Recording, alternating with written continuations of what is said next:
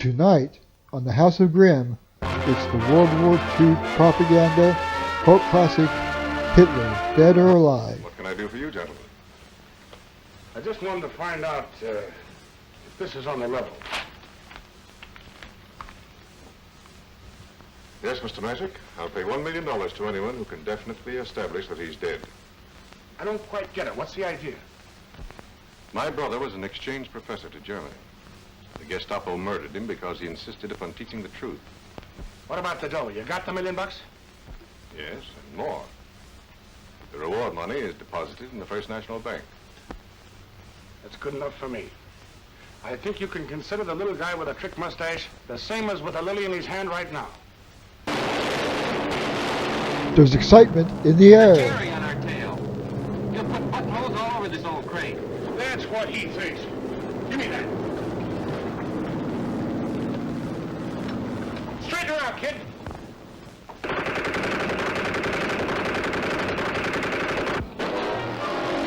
And on land.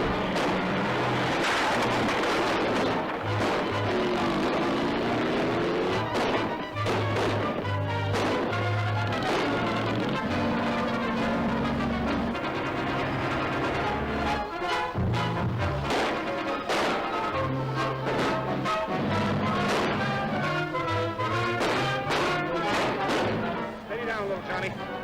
I don't care about that $1 million. As far as I'm concerned, you can take that $1 million and stick it right back in the treasury. Right now, the only thing I want to do is put a stop to the killing of dames and kids by knocking over the only guy in the world that's rotten enough to do such a trick. Are you with me? What do you think? Look. The American gangsters. Okay, this is it. There, understand? The American gangsters. Will they be successful in the mission, or will they become victims of the Third Reich?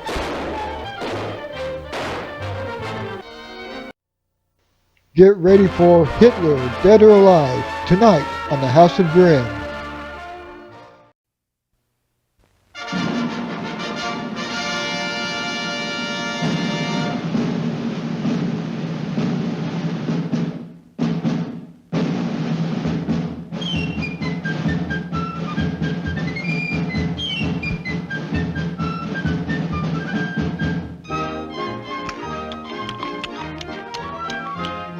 The tall man with a high hat and a whiskers on his chin will soon be knocking at your door, and you ought to be in.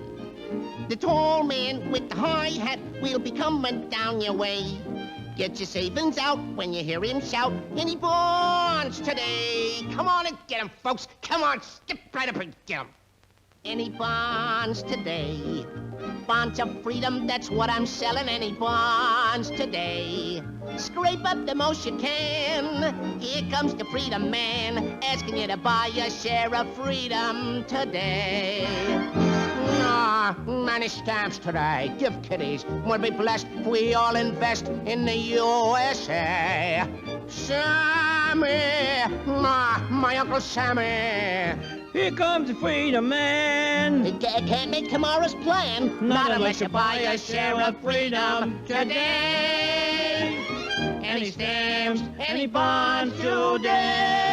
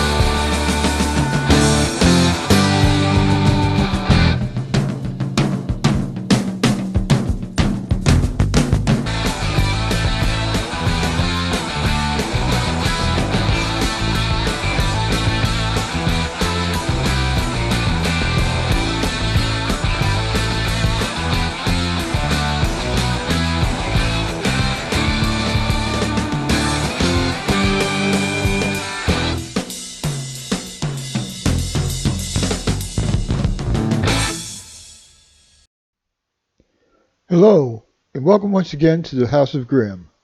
I'm Grim, your humble but horrifying host. Propaganda.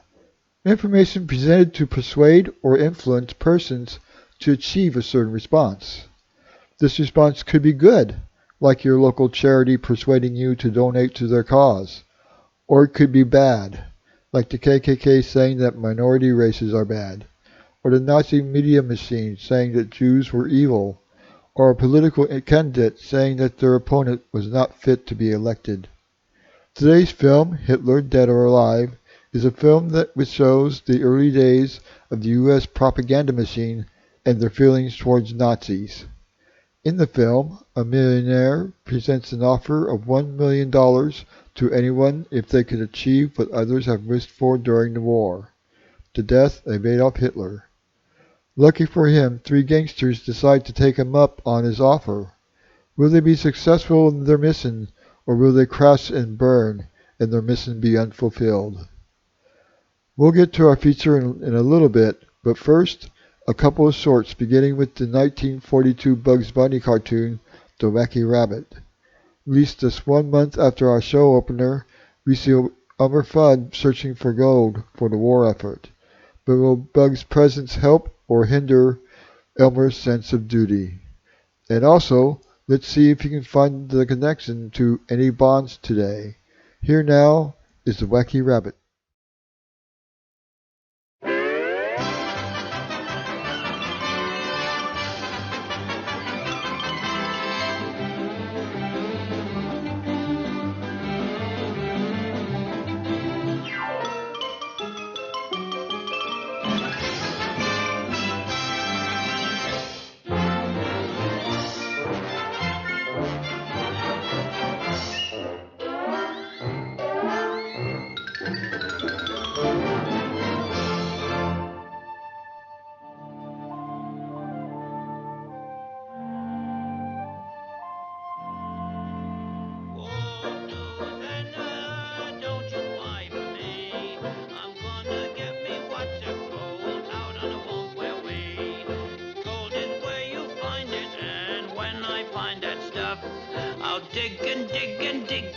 I'll never get enough. I twamp the prairies and the plains, I trudge each weary mile. I'll twamp and trudge and trudge and twamp until I make my pile. Whoa, Susanna, don't you cry for me. I'm gonna dig up lots of gold, V for victory. Oh, da da da da da da da da da da dee do do. I did I did I did I die die did I die die die die. I did I did I die die did I lie lie did I. Do do do do do do do do do. Did I die die did I die die did I die die die die. Did I die die. Hi, neighbor. Oh, hello. I'm a wagged, rugged wubber of the wild and woolly west. Of all the things I haven't got, I white gold the best. Oh, it rained all night, today I wept. The weather is so dry. It was so warm, I froze to death. Susanna, don't you cry.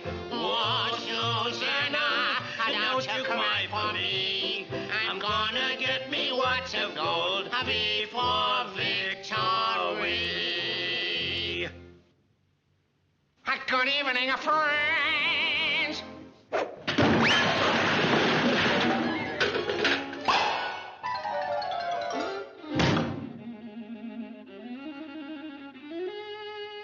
Hey, there's something awfully screwy going on around here.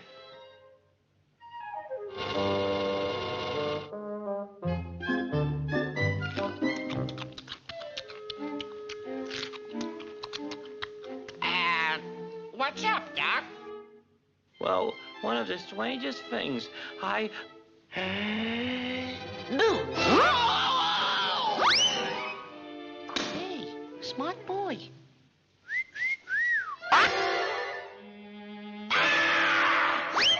That's that screwy rabbit.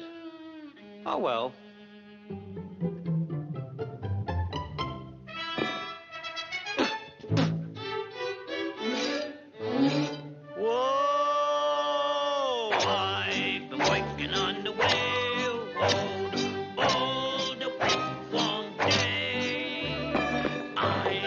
working on the railroad to pass the time away. Oh!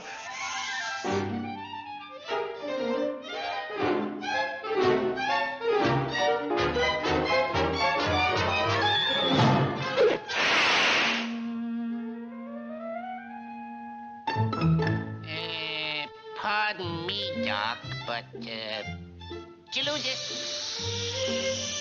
Oh, yeah. Thank you very much.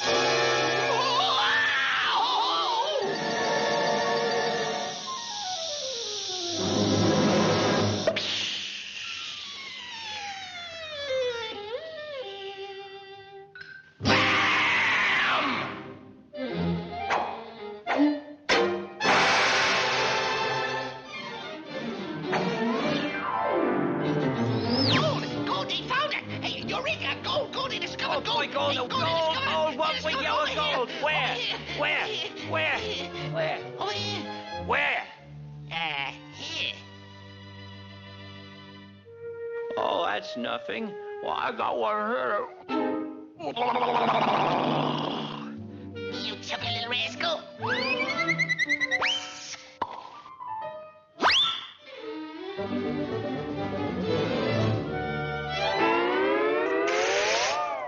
Come out, Mr. Wabbit. I have a little surprise for you.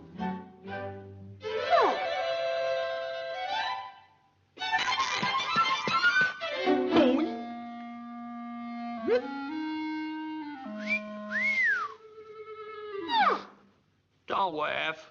I'll bet plenty of you men wear one of these. That's the last straw. I'll get that wabbit.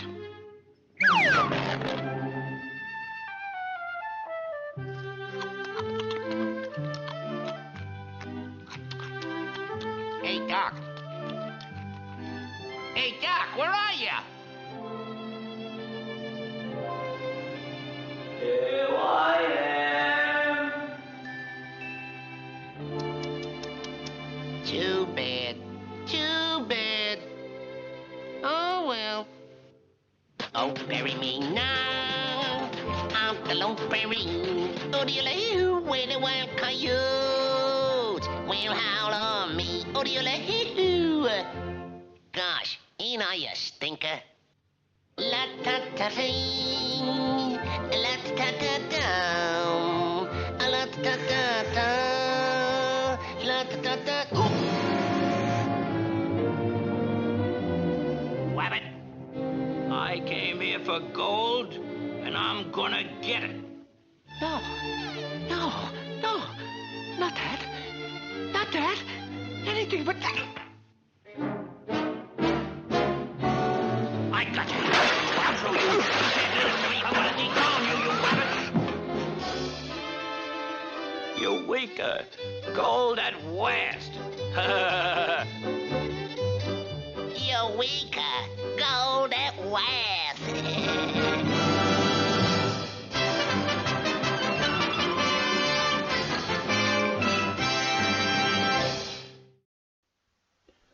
Our next short, Bury the Axis, is a 1943 stop-motion short which purpose was to help maintain morale in Great Britain in their fight against the Axis powers.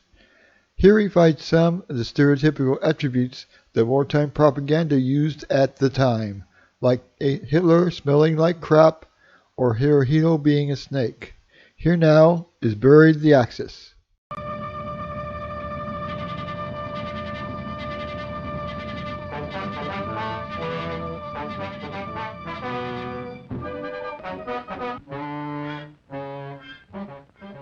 Well, what's this? A blessed event?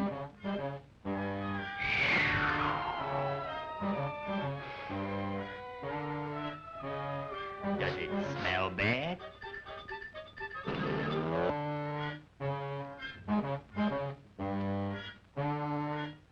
Better dump it, quick.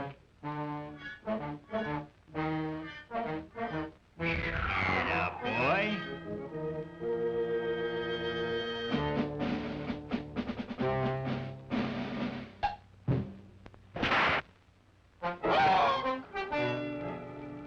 So Adolf was born. He had a very brief childhood.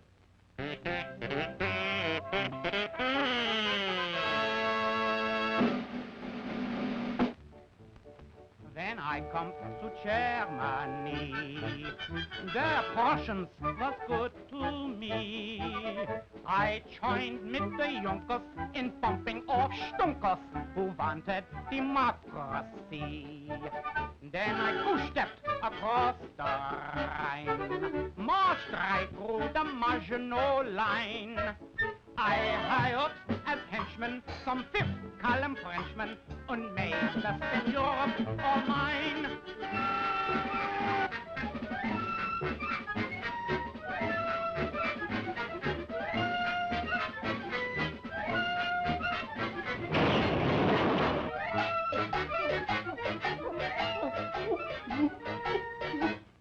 Hey, Adolf, where's your goose?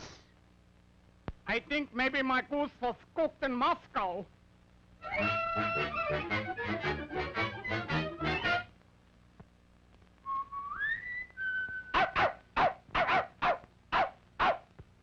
Everyone knows who's me, the big shot of Italy. They call me the Dutch, Hitler's personal pooch, 'cause I can bark louder than he. In battle I can't be beat. I never admit defeat. I sound the attack, then I just turn my back, and I make a one big retreat. I'm only a boarder in Hitler's new order. Well, what now, poison puss?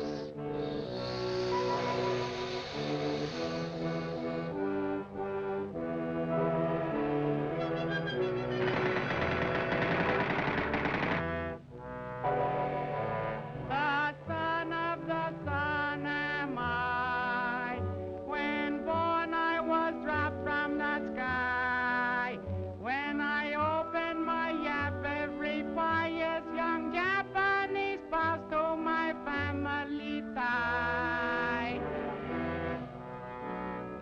Excuse please the bombing we've done in the name of the rising sun. When we bomb you on Sunday, we're sorry. On Monday, we only bomb people for fun.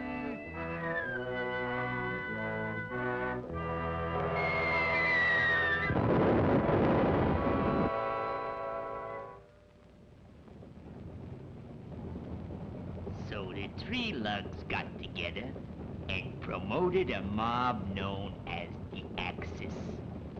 They collected a lot of hardware and announced they were moving in. They were pretty smooth actors and they played the old game. When the neighbors weren't looking, they blitzkrieged them, kept them separated and bumped them off one by one. And they rolled right on. Moved in on Manchuria, Ethiopia, Austria, Albania, Czechoslovakia, Poland. They took over all of Europe. And they put the finger on India, Africa, yeah, and the United States too. The whole world, even Brooklyn. The Fuhrer screamed, "Nobody will stop us! Nobody!" That's what he thinks. My guess is China, Great Britain, the Soviet Union, the United States, the United Nations will bury the Axis.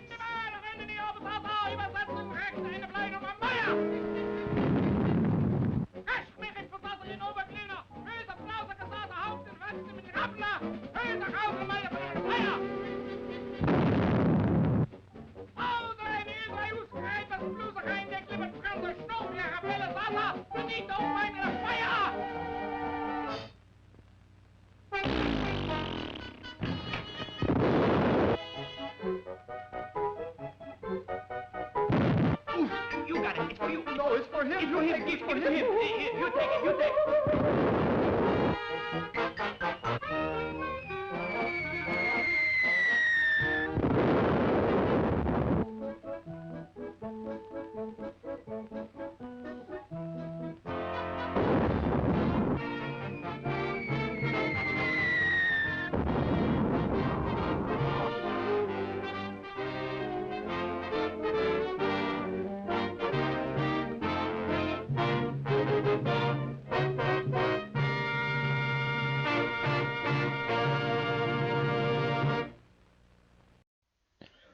We'll start our feature presentation in a moment. You're watching Hitler, Dead or Alive, here on the House of Grym.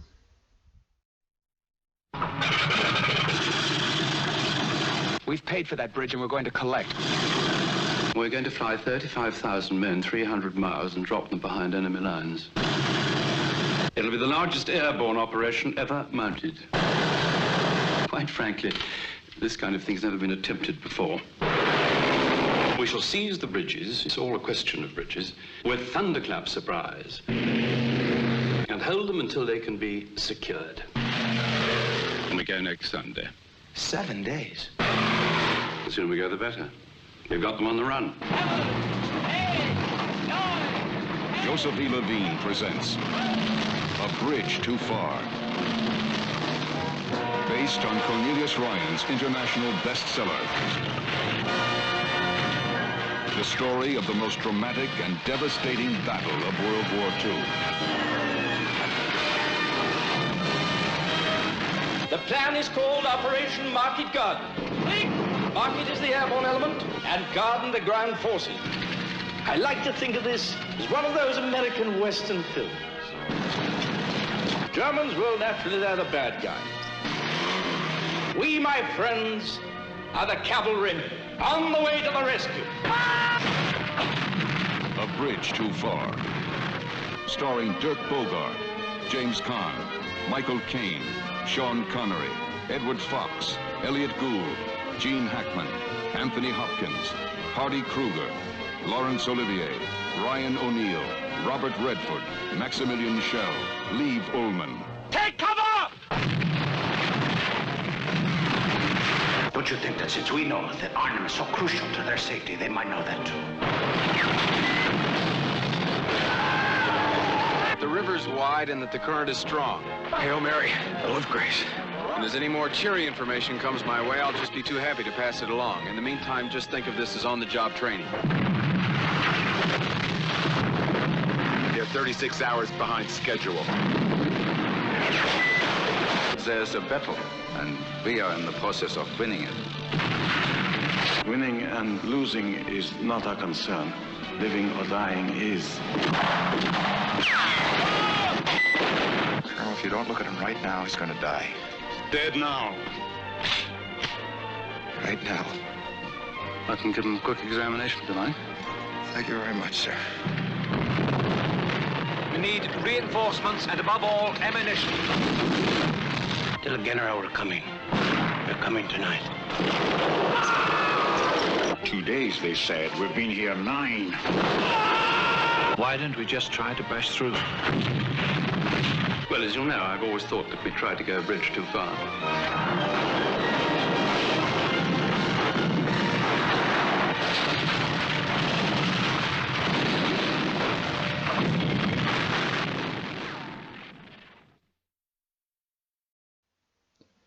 Welcome back to the House of Grym.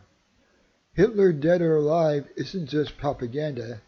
It is also based on a true story where an American businessman offered a reward of $1 million to anyone who would kill or kidnap Adolf Hitler. I think that's as far as the based on true facts portion of the film goes. Hitler, Dead or Alive was also one of the inspirations for Quentin Tarantino's film Inglourious Bastards. Here now is Hitler, Dead or Alive, on the House of Grym.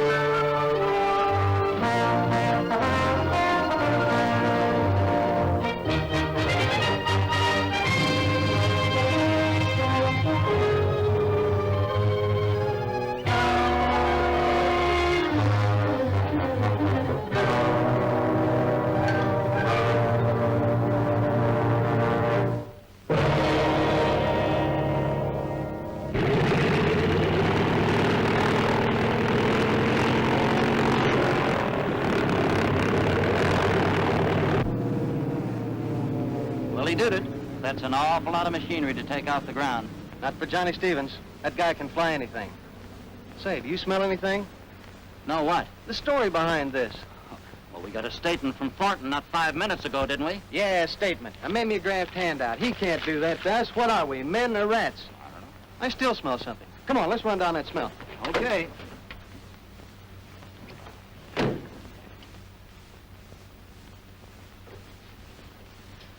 We're from the National News Service.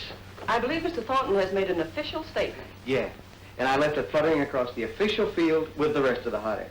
Look, this is personal. Johnny Stevens himself sent us here. Oh, well, that's different.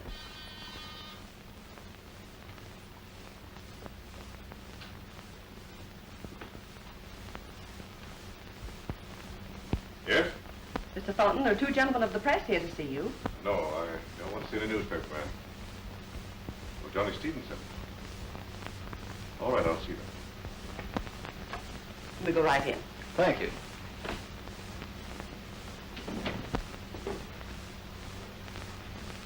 So Johnny Stevens sent you? Well, not exactly. Oh, not exactly. Well, we did speak to him before he took off with the first of those bombers that you donated to the government. $1 million worth of bombers is quite a patriotic gesture, Mr. Thornton. Well, it's my money. I wonder if it is. Early this year, you crashed every front page in the country by offering $1 million to anyone who could deliver Hitler dead or alive. $1 million for Hitler. $1 million for bombers.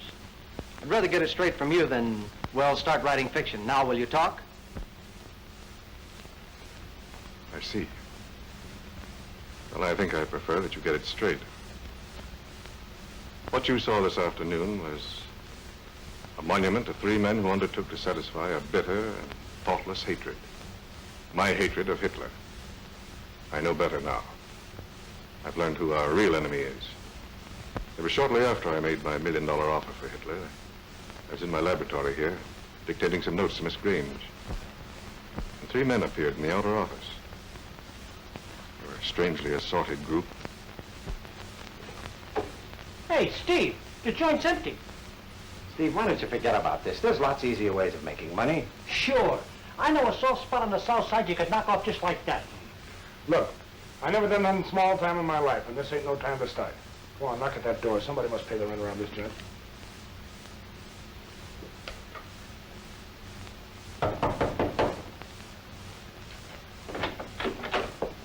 Yes? Is there a guy around here named Thornton? Well, Mr. Thornton's in the midst of an experiment just now. Perhaps you could call Look, again. Toots, tell him he can play with his toys later. We want to see Thornton right now. Would you kindly inform Mr. Thornton that Mr. Steve Mashick and 2 gentlemen are here to see him regarding his offer in today's paper? Thanks, Joe. You always make everything sound so nice. Quite a joint, isn't it?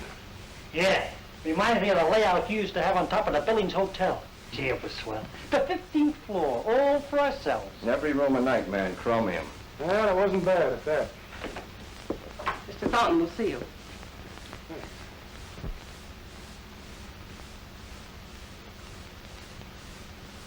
What can I do for you, gentlemen? I just wanted to find out if this is on the level. Yes, Mr. Mashick. I'll pay $1 million to anyone who can definitely establish that he's dead. I don't quite get it. What's the idea? My brother was an exchange professor to Germany. The Gestapo murdered him because he insisted upon teaching the truth. What about the dough? You got the $1 million? Yes, and more. The reward money is deposited in the First National Bank. That's good enough for me. I think you can consider the little guy with a trick mustache the same as with a lily in his hand right now. I really believe you think you can do it. Well, apparently, Mr. Thornton, you don't know with whom you're speaking. Here, look at this. That's me. Shut up, Dutch. Steve Mashick, former underworld czar, and his 2 lieutenants, Joe the Book Conway, that's me, and Hans Dutch Haverman, were released from Alcatraz last Saturday after serving 11 years of a 12-year federal sentence for evasion of income taxes. It would have been only 10.5, except for a little legal technicality. Well, then it goes on to explain about some of the deals we were in. Minneapolis bank robbery, Illinois pursuing, yes, desperate gang fight. Yes. Well, I can see that you gentlemen are well qualified. But, Mr. Mashick, it seems to me that this is slightly different than your Usual operations. The guy's nothing but a mobster. He can be had. Same as any other big shot. Look, mister, we know all the angles. That's our racket. You just get the dough situation and all the papers signed up with Joe there, and we'll be on our way. When Steve Massey takes a job, you get results. Right, boys? That's right, Steve. He's never missed yet, Mr. Thornton. Except this once. Well, I'll have my attorneys draw up the contract in the morning. In the morning? What's the matter with right now? Well, it's rather late. Hey, you telling us? Your chief of police gave us 24 hours to get out of town. We ain't gonna be here in the morning, Mr. Thornton. Cutler speaking. Cutler, can you drop down here right away? Now? Believe it or not, I'm going to close that Hitler deal this afternoon. I need you to drop the contract. All right, Thornton. Immediately. Whereas all other conditions being agreed upon, I, Samuel Thornton, party of the first part, do hereby agree to pay the sum of $1 million in currency of the United States to Steve Matchick, Hans Haverman, alias Dutch, and Joe Conway, alias the Book, parties of the second part, upon being furnished satisfactory evidence that Adolf Schicklgruber, alias Hitler, a resident of Central Europe, is dead. But, Mr. Thornton, this is all so irregular that I don't believe it'll hold water in any country in the world. As a contract, no, but as an insurance policy, yes. As stated there in paragraph 6, we are to be the beneficiaries of a policy on Hitler's life. We undertake to insure his death. Yeah, and we're the undertakers. Shut up, Dutch. Where did you study law, Mr. Conway? Alcatraz, 11 years of it. Well, if you gentlemen will sign. He's okay, Joe? Just a minute. Suppose we fulfill our part of the contract and don't get back. What happens to the money? Listen, baby. With $1 million waiting back here for me, I'll get back. Don't you worry about that. But what if you don't? What would you like done with the $1 million? Gee, what a sweetheart of a funeral you could have for $1 million. Just build me a monument, will you? We'll stipulate a worthy monument in the contract. That's okay by me. When we say Hitler, we mean the real Hitler, not one of his doubles. Yes, that's important. Hitler is known to have a number of men make up to look exactly like him, to fool even the Germans as to who the real Hitler is. Don't you worry your pretty little heads about that. When I get my hands on that bird, I'll know him. I'll guarantee you that. I still don't see how you're going to hope to succeed. What are you going to do about the language? They still speak German over there. Nothing to it, mister. We used to run a beer racket in Milwaukee. We'll get along all right. Well, let's sign these things and get out of here. Say, when we do get back, I'd like to have that dough in cash, in G-notes, okay? Any way you like, except gold. Oh, naturally. Gold wouldn't be legal. I always like to have a pocket full of G-notes. Makes me feel good, you know. I understand perfectly. Oh, incidentally, how are you fixed for money now? Oh, we got a few bucks between us. The warden gave us some. We can always pick up some more someplace else. How much would you get someplace else? Oh, I don't know. Maybe a yard and a half, whatever they happen to have. Enough to get started on. We wouldn't have any trouble with that kind of dough. Well, I'd prefer that you concentrate on the business at hand. Suppose we call this an advance for operating expenses. Well, thanks. That's perfect. Anything holding us up, Joe? All set here. With your Excellency. Goodbye, Mr. Thornton. Good luck, Steve. So long, mouthpiece. Say, while we're over there, how much would it be worth to you if we knock off Mussolini at the same time? Maybe you're right. So they left town by train and somehow managed to make their way to a recruiting station in Canada, where they enlisted in the Royal Canadian Air Force. They traveled in convoy across the North Atlantic. Arriving somewhere in England, they became parachute troops. All as a part of their carefully made plans. Johnny Stevens happened to be the pilot of a paratroop transport, flying it for practice maneuvers. All right, Tommy, go ahead.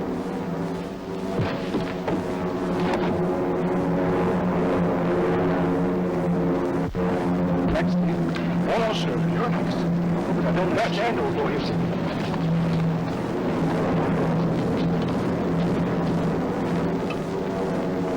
They don't like these night jumps so much, do they, Captain? No, they don't, Johnny. Where's Captain Tanner?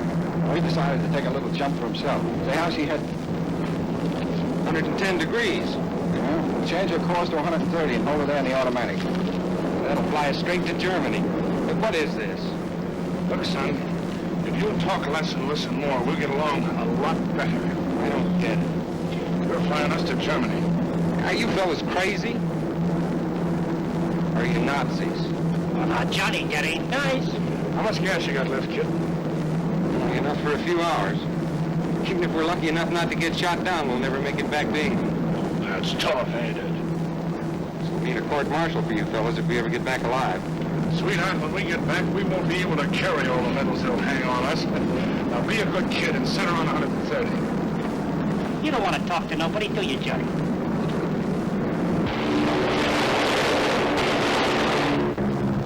There's a Jerry on our tail.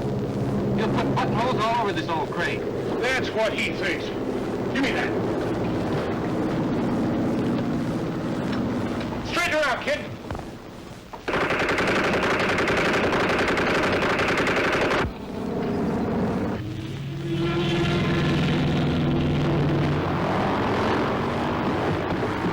Steve, we're out of gas. We'll have to jump. Set her in a circle, Johnny, so we won't land so far apart. Go ahead, Joe. Well, see you later. I hope. All right, Dutch.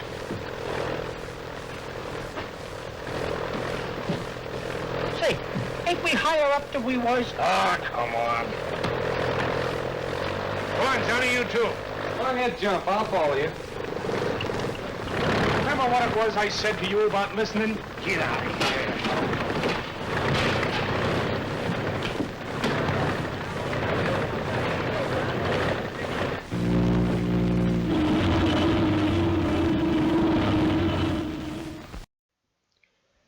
Well, our heroes have taken their first steps toward their objective, the death of Adolf Hitler, and it looks like smooth sailing so far. What kind of obstacles stand in the way of killing Hitler? Find out when Hitler, Dead or Alive continues on the House of Grym.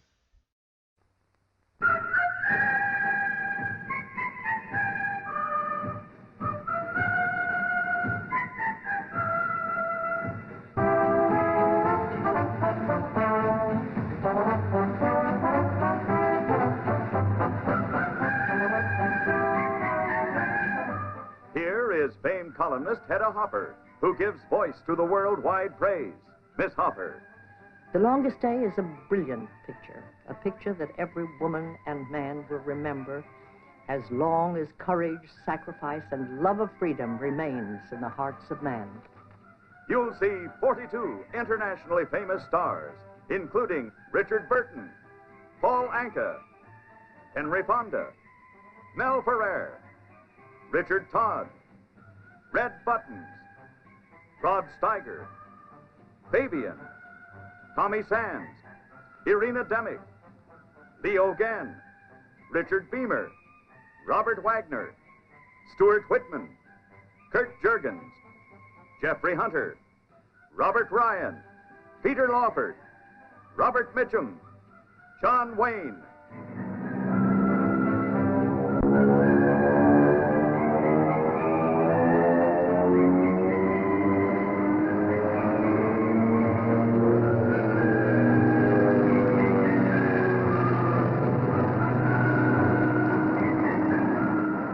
In size, in scope, in suspense, in dramatic intensity, The Longest Day is unparalleled in screen history. The day that changed the world. The phrase, now popular prices, is synonymous with films in the 1950s and 1960s. When high prestige films were released during those years, sometimes they had a roadshow engagement. They were released in major cities first, sometimes in large film format theaters in 70mm with stereophonic sound. When the roadshow engagements were finished, the film was released in 35mm to the rest of the country, where you could see them at your local movie theater and pay the regular ticket price or popular price to see it. Now back to Hitler, Dead or Alive, here on the House of Grym, where Steve and the Hitler assassination squad try to figure out what to do next. Oh, I must be getting old. It's a fine mess you've got us in. I think it's kind of cute, even if I did think it up myself. Say, you all right, boss? Oh, sure, Dutch. You made it all right yourself, huh? Yeah, okay. But I should be doing this sort of thing. Yeah. You know, I got a nervous stomach. Yeah, sure. Where's Joe? Well, the last time I seen him, he was out on a limb. Say, that's a fine type of him to be climbing trees. You know what happened to me? Oh, yeah, we saw you. Who do you think you are, Tarzan? Sakes, climbing trees in the middle of... Well, let's see if we got dough, compass, map, flashlight. I guess we got everything okay. Won't be long now till we face the firing squad. What firing squad? I don't see none. You will. Don't you realize we're lost somewhere in Germany? Say, maybe you can show us exactly where in Germany. Here's a map. Now. Well, I'd say about there, 200 miles west of Berlin. Yeah, that's a cinch. We can hitchhike that far, huh? Look at this road up there. Come on. Hey, if this is some sort of a game, would you mind explaining so I can play too? Son, it's a military secret. Well, tell me one thing. Are you on our side or theirs? Duck, quick!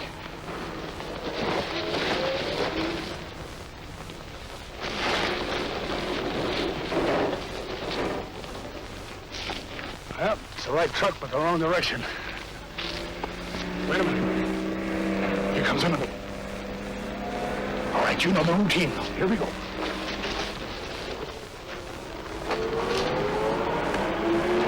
Halt!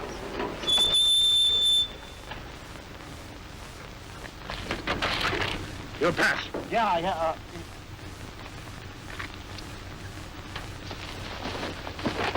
Like I thought. No good, see?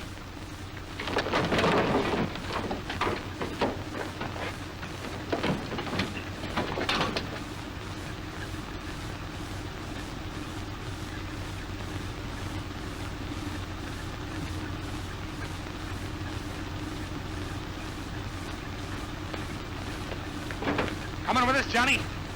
Yeah, but I don't know why.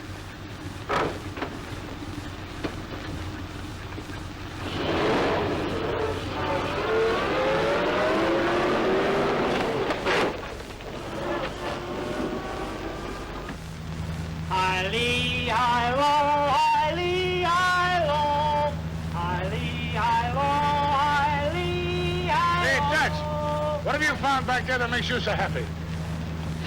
You know what this truck is loaded with? No. Beer? How do you like that? We knock off a truck and it's full of beer, just like old times, Joe. Have one on the house. Good old days.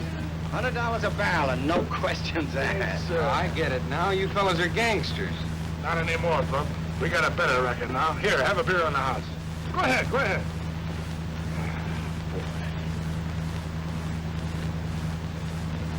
Take it easy, Joe. I want to get a hinge at that marker.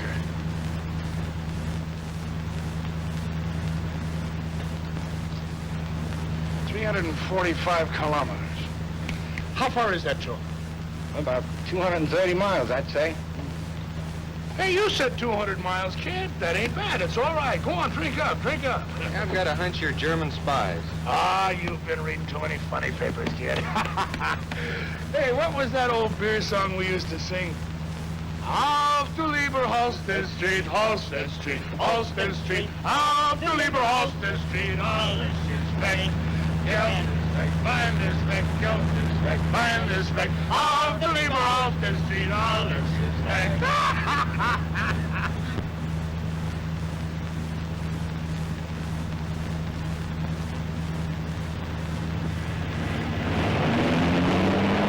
Uh-oh.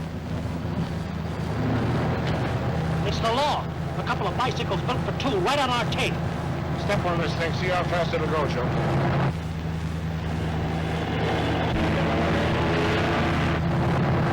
There's no chance I'll run him in this can. Well, okay, pull over the side. Dutch, just in case. I get you.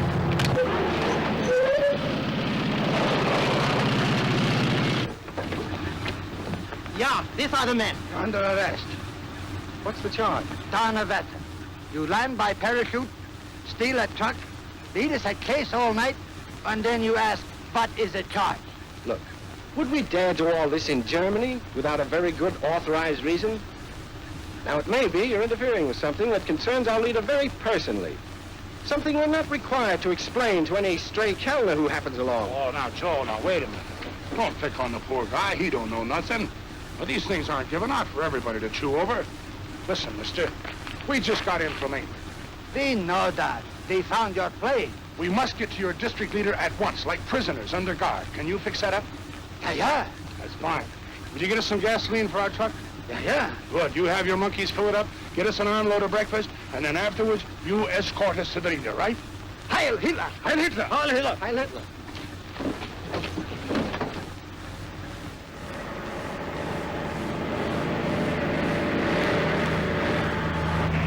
This is only the beginning, small fry, only the beginning.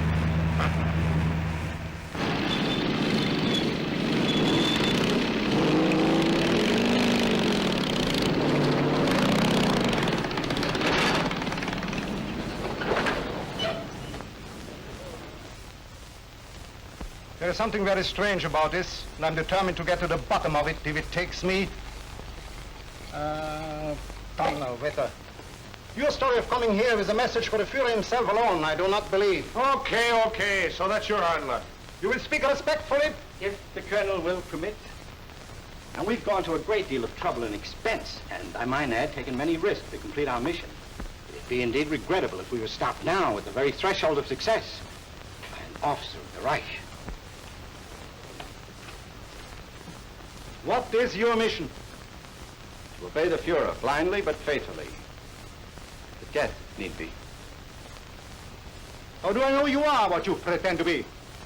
What proof can you give me? We're here, ain't we? What kind of chumps do you think we are to put ourselves in a spot like this if we wasn't on the level? Who ordered you to fly these men to Germany? Nobody. I was on a routine training flight when these spies of yours stuck a gun in my back. Don't count me in on this. I'll have no part of your dirty Nazi trick. Here. Don't blame him, Colonel. He's just a kid. He don't know any better. He insulted the Reich? Yeah, I know, but he's young. You remember what I told you about listening instead of talking? There's no percentage in that, you know. As one officer to another, I demand to be treated as a prisoner of war. You will be treated as we wish. What base did you leave from? Alcatraz. Oh, is something? Now keep that under your hat, will you, Colonel? We wasn't supposed to tell that to nobody. That's why don't you keep your mouth shut? Oh, what's the difference? He's one of the gang, ain't he? Yeah, sure. But orders are orders. Tell nobody nothing and report only to the boss. Gentlemen, you have represented that you are servants of the Third Reich who are desirous of being held in protective custody until an interview can be arranged with our Führer. Is that correct? Those were our orders. Very well. It shall be done. Take them to the political cell 15. Captain Kramer, I have here 4 prisoners to be confined in the special political cell. Together, yes. With special guards on 24-hour duty to see that they are not communicated with by anybody. What's the idea? Wasn't you ever in stir before? No. I didn't think so. It's okay, go ahead and flop.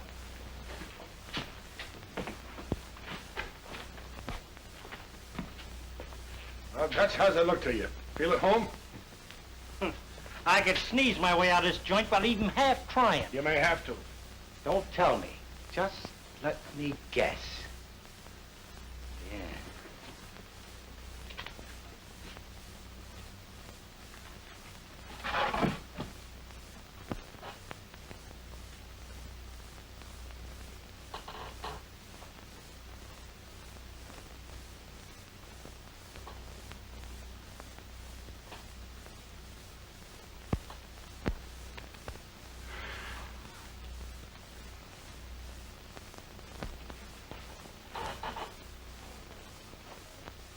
Room service!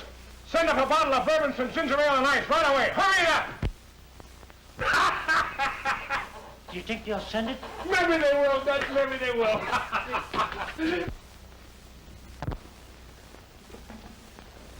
You are so nervous. I do not like to see my darling so nervous. Perhaps you can help me with my problem. I am yours to command. 4 Americans arrived night before last by plane, pretending that they have a message which can be delivered only to our Führer himself in person. Pretending? Perhaps. Perhaps not. If I could make sure, I have had our intelligence traced them. 3 are notorious criminals. One is a pilot whose plane they commandeered. He knows nothing. But as to the others... What of the others? I don't know. They are the kind of people our Führer would choose for a desperate mission. And yet... Yet what? Why should those American swine have the glory of bringing a message that may spell victory, when I have worked so long and so hard? For what? A prison post. A mere jailer.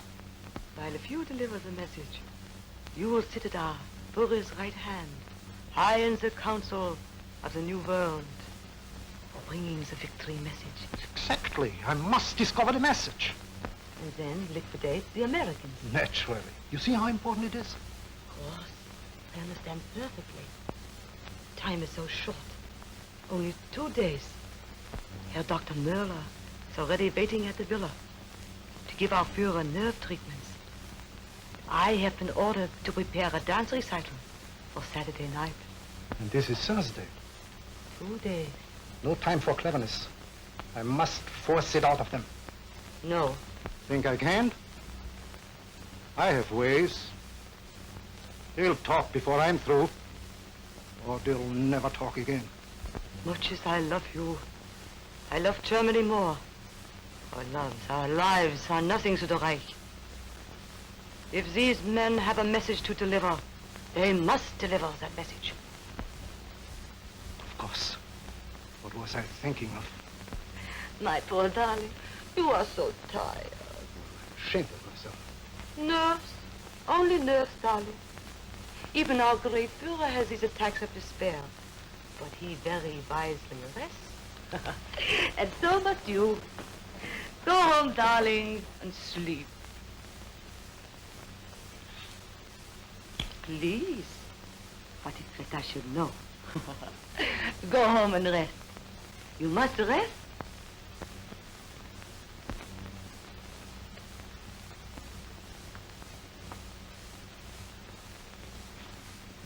Thanks. Good night. And thank you for saving my honor. Good night, darling. Heil Hitler. Heil Hitler.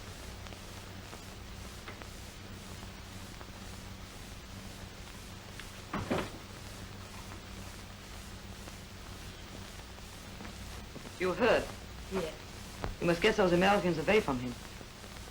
You must stop them from delivering the message. If they were prisoners, anxious to escape, it would be different. With our contacts inside the concentration camp, but... How soon can you reach them with a message? Not before morning. We can work only through the kitchen. That we'll have to do. Get ready to start a message through tonight.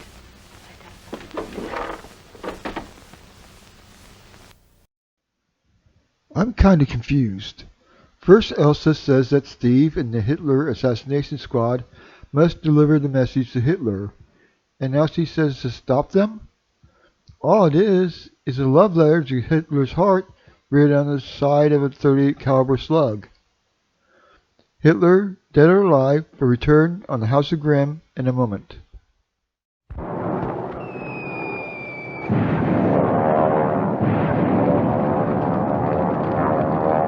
The incredible attack on Pearl Harbor, as told from both the United States and Japanese sides. Once two nations made war. Today they have collaborated to make a motion picture of unequaled magnitude and importance, recreating the actual events leading up to the day that changed the course of history.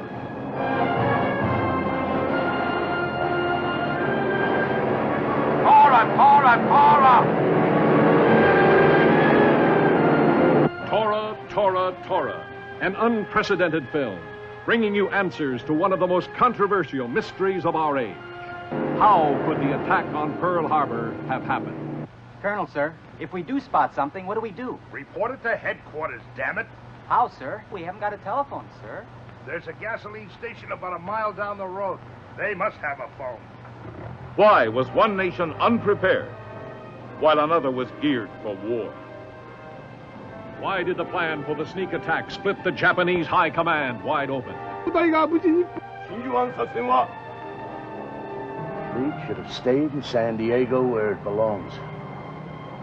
I made the mistake of pointing that out to Roosevelt. Why was Admiral Yamamoto marked for assassination by the Japanese warlords? Does anybody trust anybody anymore?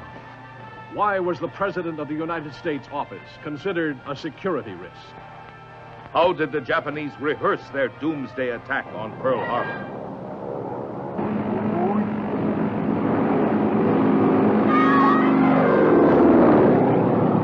Damn it, why can't Washington give us the full inside story? Why did they keep the American command in the dark? What part was played by the strange Japanese officer they called Gandhi?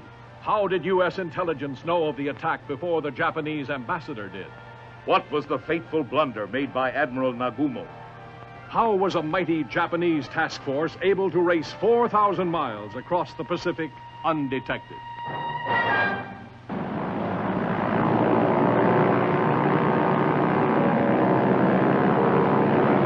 What caused the notorious radar error? Yeah, well, don't worry about it. Here's a message for the Commanding General of Fort Chapter. Is it marked urgent? No? Why was Washington's last urgent warning sent by ordinary telegram?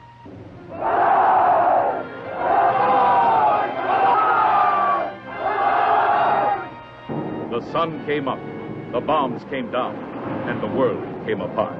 For the first time, a motion picture tells what really happened at Pearl Harbor.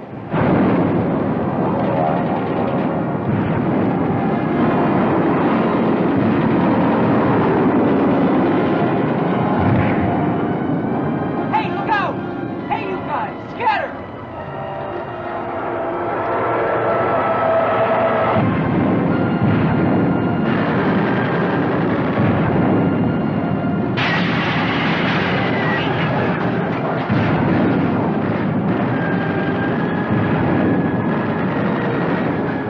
Spectacular film ever made.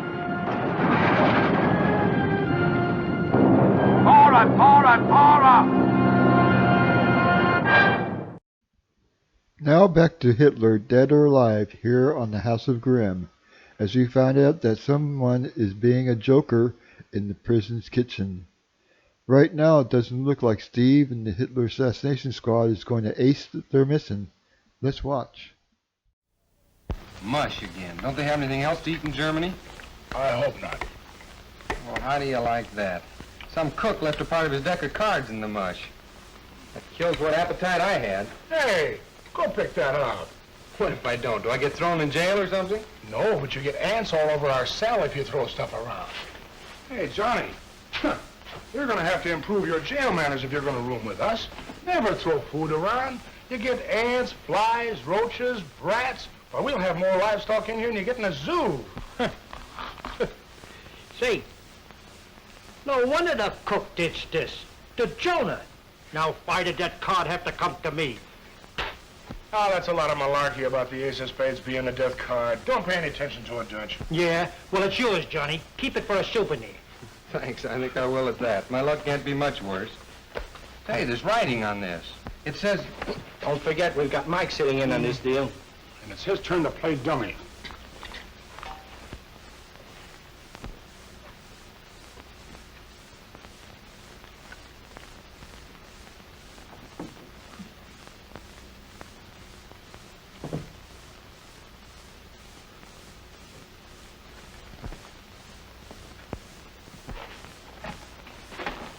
There's a guy on that gate, too. Remember that.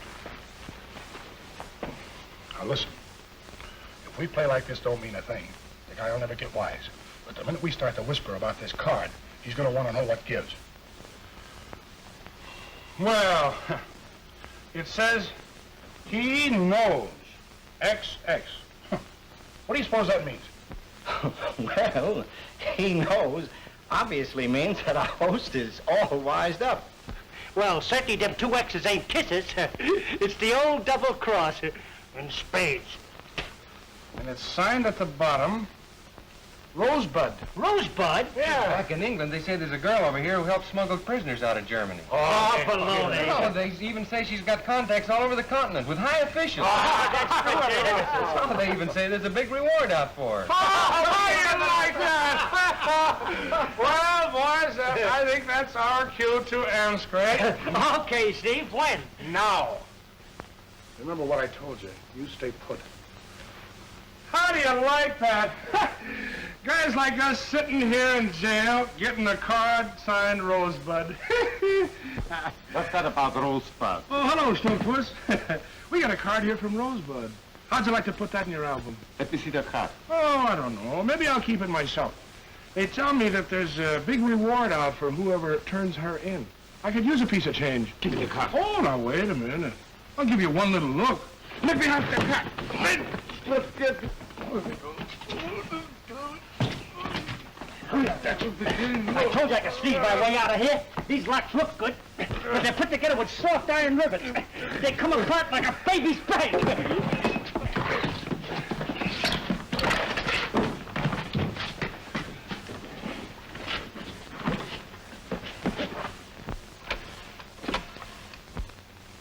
In political cell 15, microphone does not work. Yeah? I can hear nothing. Yeah. I will proceed there at once.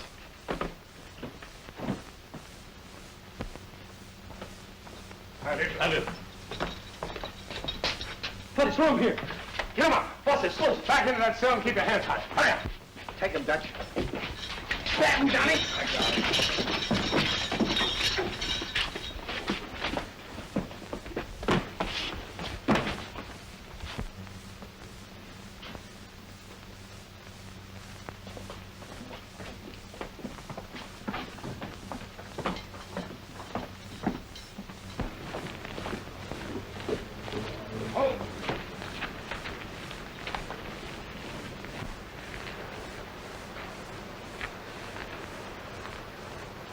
Best chance we got of crashing out of this joint is to grab ourselves a big shot for a fall guy. You guys stall out here while I go in and get hexed. Daylight? Why, sure. That's the best chance. Nobody's expecting it. Here, take this and get in them bushes. I'll be back in a minute.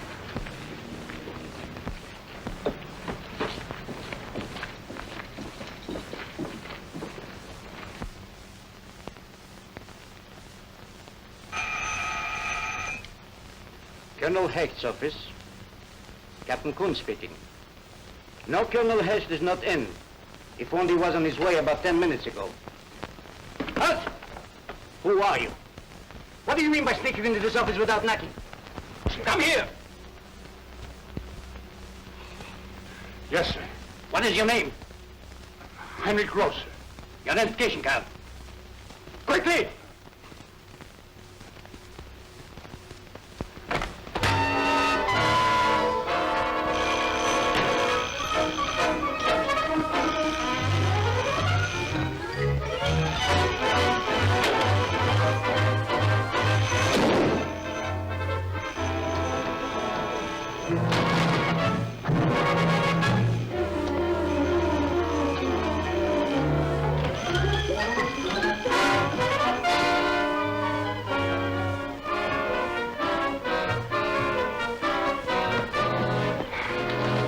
This is it, boys.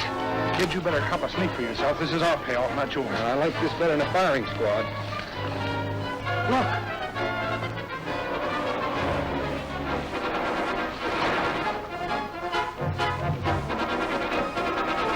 Take the Countess home immediately!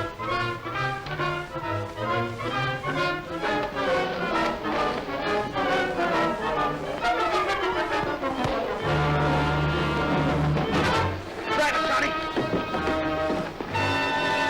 Step on it, kid.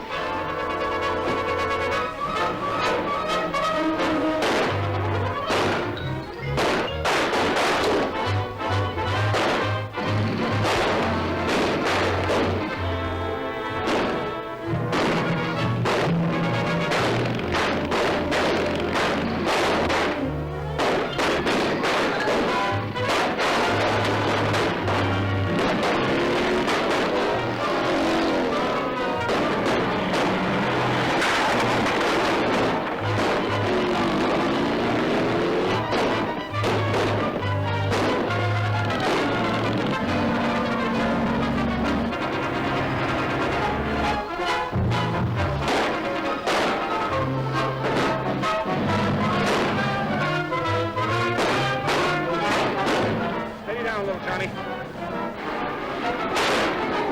Steady, like over a target.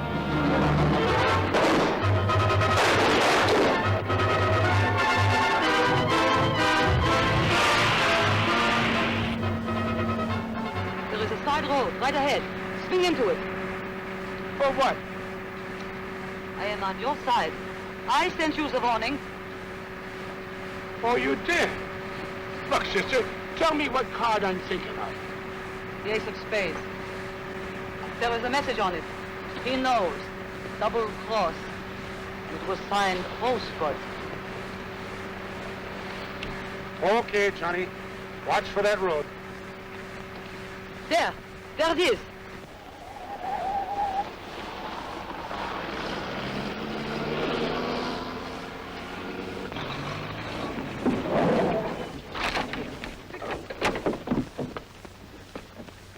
Hide.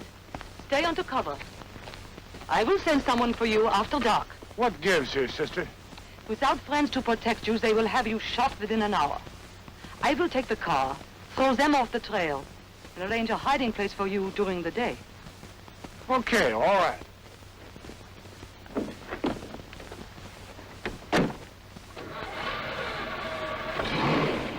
Stay hidden.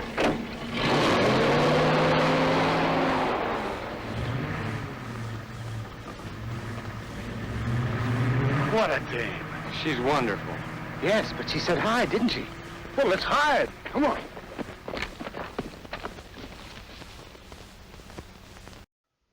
Well, our boys in the Hitler assassination squad is now back on their mission to give Hitler a Sieg Heil right upside the head. But let's talk a little bit about the hero and the villain of our film. Ward Bond was born in 1903 and has in over 200 films as a character actor, usually in a supporting role, playing either cowboys, cops, or soldiers. Among the films that Bond was in were Gone with the Wind, It's a Wonderful Life, The Maltese Falcon, Sergeant York, The Searchers, Rio Bravo, and The Big Trail, which also had John Wayne in his first leading role. The Big Trail would later influence a film that Bond would appear in called Wagon Master, which would then influence Wagon Train, which starred Bond in a leading role, a part he played until his death. Bond was also strongly anti-communist and was a member of the Motion Picture Alliance for the Preservation of American Ideals, whose mission was to oppose communists in Hollywood and the film industry, an organization that provided witnesses when the House Un-American Activities Committee investigated communism in Hollywood in the mid-1950s. Bond died in 1960. On the other side of the coin is Bob Watson. Born in 1888, he began appearing on Broadway in 1918, where he hit it big playing the flamboyant dressmaker Madame Lucy in the play Irene. Watson would play variations on this role in silent films beginning in 1925, but also impressed in dramatic parts as well. But when you bear a resemblance to Adolf Hitler, what happens? You get hired to play Adolf Hitler, of course. Beginning in 1942, Watson portrayed the Nazi leader in no less than 9 films, ranging from the dramatic to the hysterical, more times than any other actor. Watson died in 1965. We'll be back with more of Hitler, Dead or Alive, on the House of Grym after this. Now, Midway, the most incredible feeling of combat you will ever experience in a motion picture theater, as Universal surrounds you with the sights, sounds, and actual sensations of battle. So real, you can almost feel it.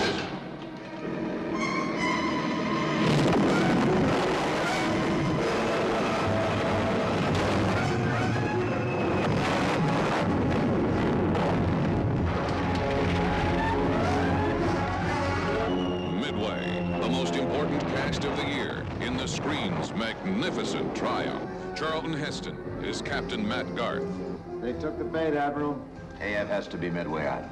Henry Fonda is Admiral Chester Nimitz. Our 3 carriers and their escorts are all that stands between the enemy fleet and the American coastline. James Coburn is Captain Maddox. If you're wrong, Admiral, if you send our carriers into a Japanese ambush, the entire west coast and the Hawaiian Islands will be wide open for invasion. Glenn Ford is Admiral Spruance. Al Holbrook is Commander Rochefort. Toshiro Mifune is Admiral Yamamoto. Robert Mitchum is Admiral Halsey. Cliff Robertson is Commander Jessup. Robert Wagner is Lieutenant Commander Blake.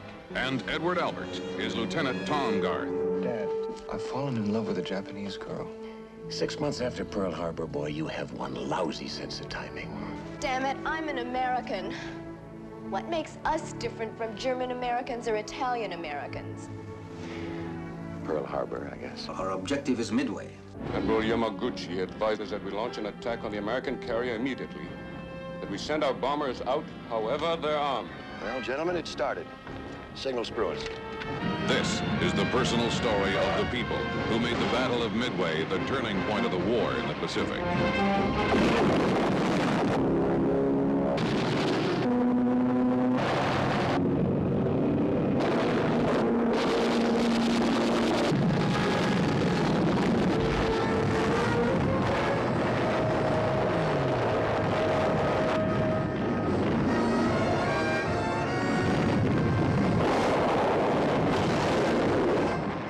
Midway, so real, you can almost feel it.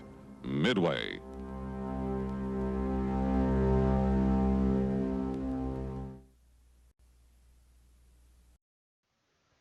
We now return to the House of Grym and the feature presentation of Hitler, Dead or Alive, with the answer to the question, what did the actress who plays Elsa think of the script after she read it?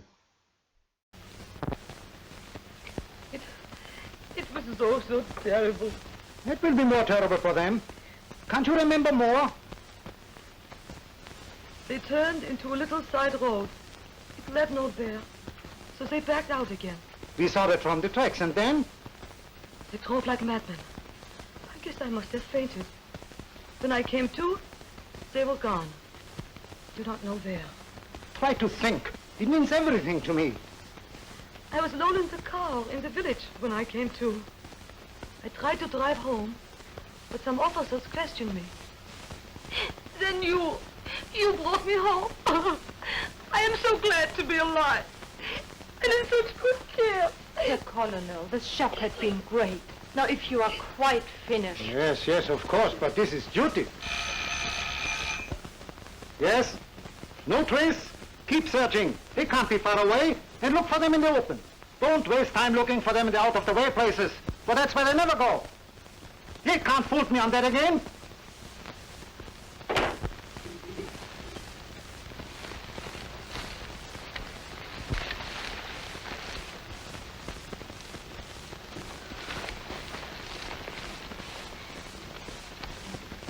Poor old Dutch. Last I saw of him, he was pouring lead into them heinies, giving us a chance to make a break. Too bad. A man can't ask a finer way to die than protecting his friends. Yeah, sure. Dutch always wanted a fancy funeral. And that kind of burns me up we're not going to be able to give it to him. Listen, somebody's whistling Yankee Doodle. It's the only tune no Nazi would ever whistle. Must be our signal.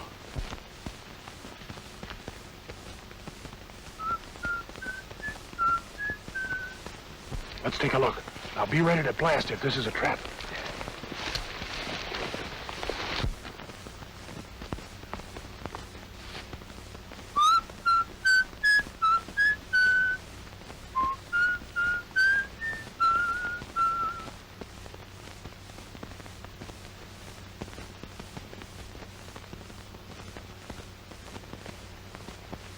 Follow me at a distance. If someone should stop me, hide until I've gotten rid of them. Then follow me to the hideout.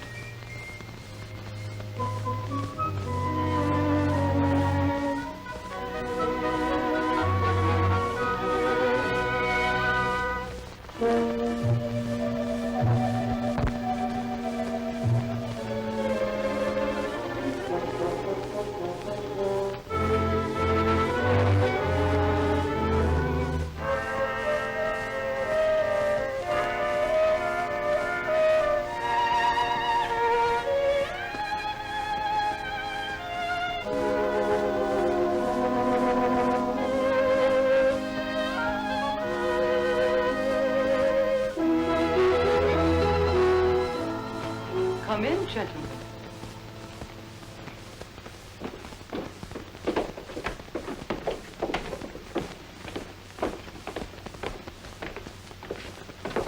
I am glad you recognized the signal whistle. Well, I don't know how to thank you for saving our lives. I am not sure I have saved them, yes. Your name is... I am the Countess Elsa von Brunt. Well, this is Mr. I know all the gentlemen from the reports of the German intelligence department. Oh, you do? Sit down, please. Oh, thanks. Not very luxurious, but safe. That's a nice hideout. Thank you. What is the message you have for Hitler?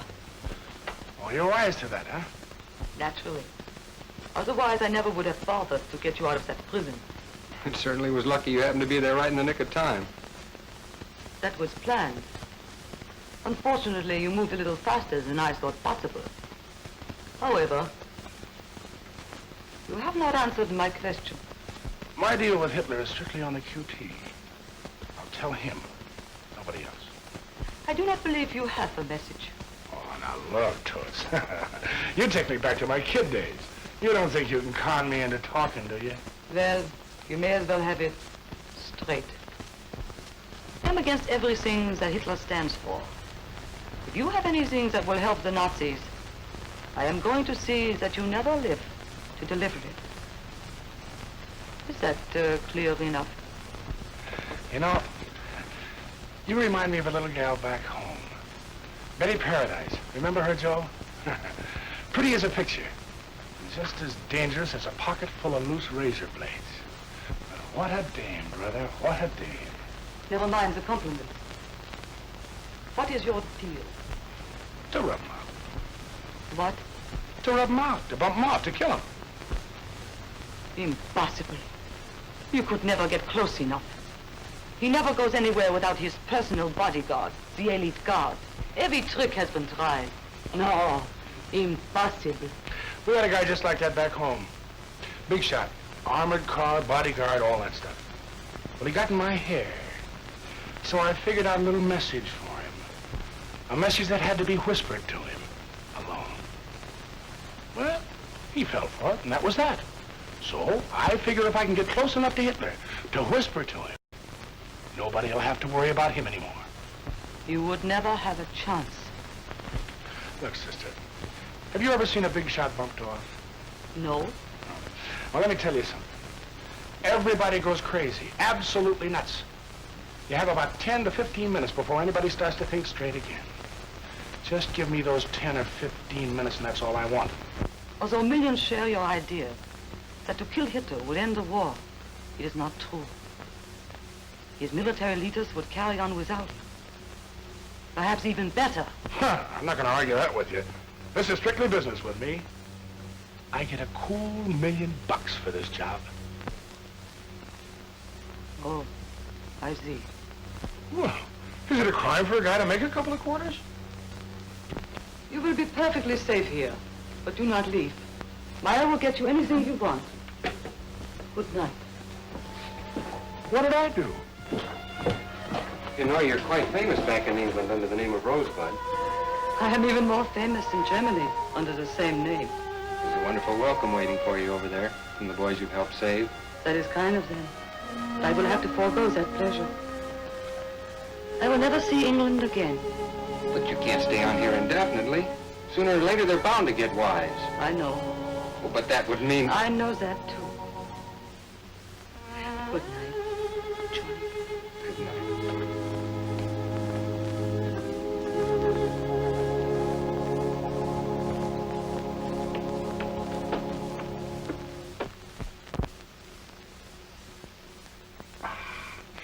Boy, did I have a good night's sleep. That's the first night I've been able to sit back and let somebody else run the joint since I left that good old rock. Breakfast is ready whenever you are. I'm ready right now. Say, will you look at those eggs? I haven't seen eggs like that since we left the States. I thought you had rationing here. That's only for the people.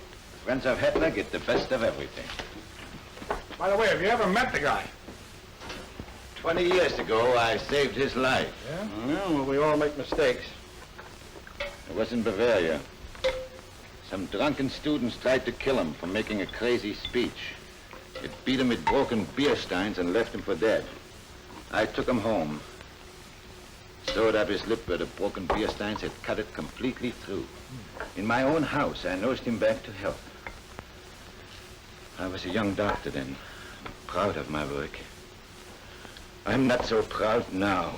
I should think that would set you in solid with him for life. He hates me. Well, there's a lot of people like that. We can't stand anybody that knew him win. It is even more childish than that. My operation left a crooked scar on his lip that made him appear to be sneering all the time. He grew his mustache to hide that scar. I knew a guy in Philly like that. He had a scar. Hey, wait a minute. Did you say that Hitler had a scar under that mouser of his? He raised it to hide that scar. That's all I want to know. Huh. Baby, these two little fellas are going to live with me from now on. They can bring on their phony Hitlers. I got the password right here in my pocket. Perhaps not. He may even have been clever enough to put scars on the lips of all his doubles. That's Greta, warning us that someone is coming. Do not speak above a whisper.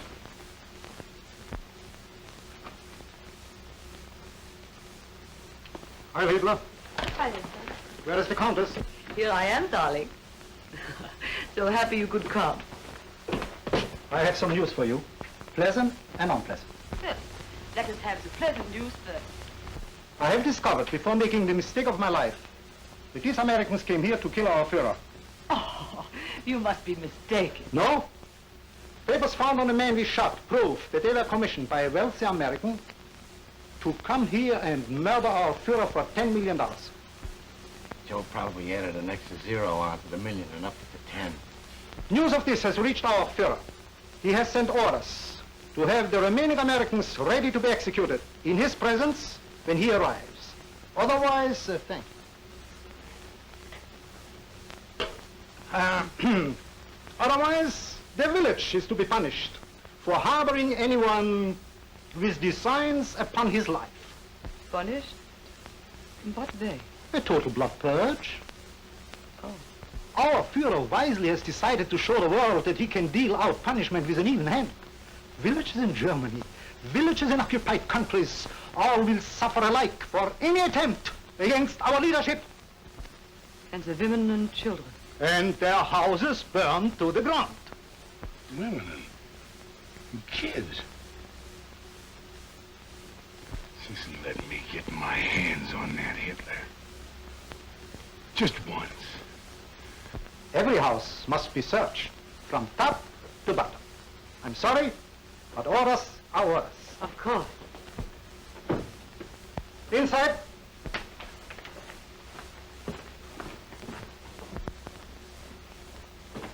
Search everywhere, miss nothing, and be quick about it.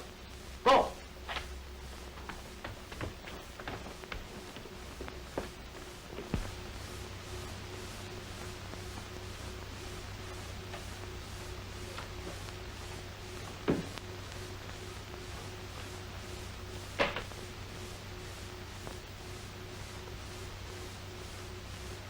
I wish we had some more slugs for this thing.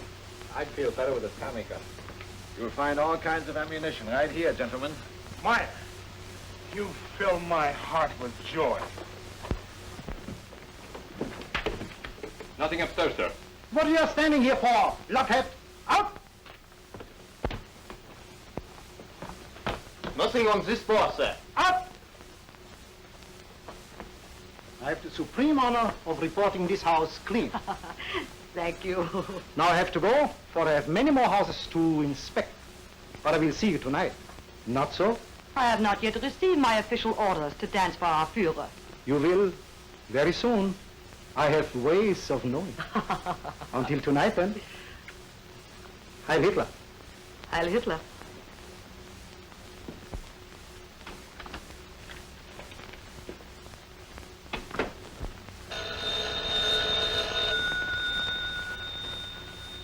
Hello? Just a moment. Captain Kuhn for you. Good morning, Captain Kuhn. Heil Hitler. Tonight at 7, A military escort will conduct you from your home to a destination. You will be in readiness. Heil Hitler. Heil Hitler. I understand perfectly, Captain Kuhn. But how about the music? I would like my regular quartet. Schubermann, Dicté, Koch, and Niemeyer. You know them. They have worked for us before. Thank you. Heil Hitler. Call the musicians and tell them to report to Captain Kuhn their passes and be here at 5 for rehearsal.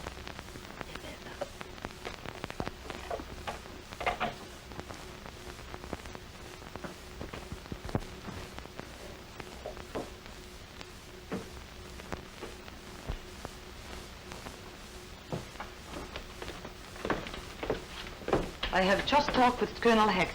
Yeah, I heard through the wall. Then you know. Yeah, I know. I know that a lot of dames and kids are going to get knocked off if we ain't turned in for something they don't know nothing about. For some things that would not end the war, even if it should succeed. Yeah, that's what you think. Where's this Schickelgruber going to be tonight? His country place is about a mile from here, but you couldn't possibly get near. The roads would be blocked, and there is a high voltage electric fence all around the place. Well, he's got to get to the joint, don't he? What road's he going to take? He will fly in order to avoid possible landmines. He has his own special plane, landing field, concealed bomb-proof hangar, separate underground entrance.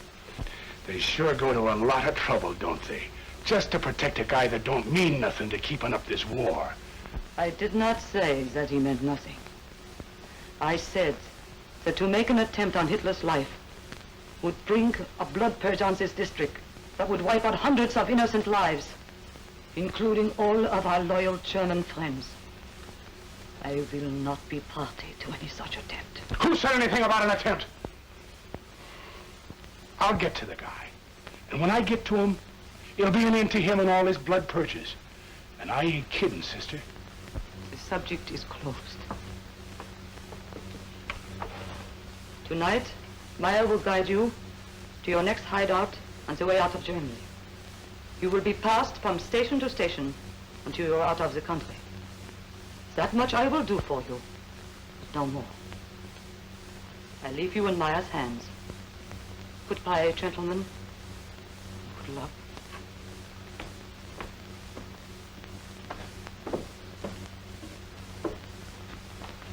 Joe, did you hear what that dame said? Yeah. She's gonna double-cross us. Well, she's right. Why should innocent people be murdered just so you can make $1 million? I don't care about that $1,000,000. As far as I'm concerned, you can take that million and stick it right back in the treasury.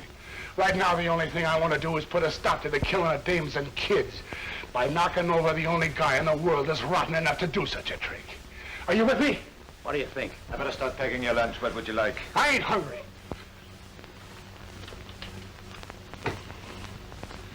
I gotta find a way. Joe, we got it. We got it. What looks like Elsa has nipped the Hitler assassination squad's plans in the bud. But it seems that Steve is going to go ahead with the plan, no monetary compensation necessary. But in history, how many times have people made plans to assassinate Hitler?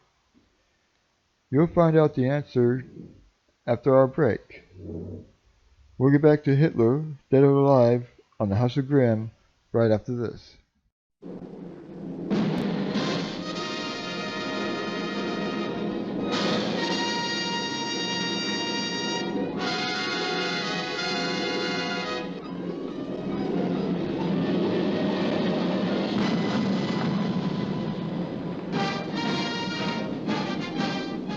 Its great cast features Van Johnson as Captain Ted Lawson, Phyllis Thaxter as Ellen, his wife, Robert Walker as Sergeant David Thatcher, Tim Murdoch as co-pilot Lieutenant Dean Davenport, and Spencer Tracy portraying the character of Lieutenant Colonel James H. Doolittle. Hello? Hello, York? Doolittle. York, I want you to get 24 B-25s with volunteer crews down to Eglin Field as soon as you can. The job will take them out of the country for about 3 months. Tell them it's a secret mission. Requiring more than 2 years to produce, 30 Seconds Over Tokyo, transcribed from the very heart and soul of Captain Ted Lawson, is the staggering revelation of the now famous Doolittle raid.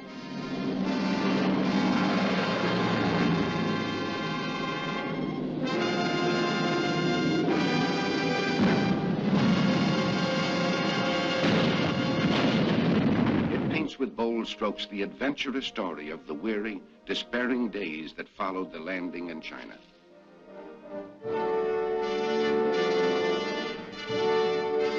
Goodbye.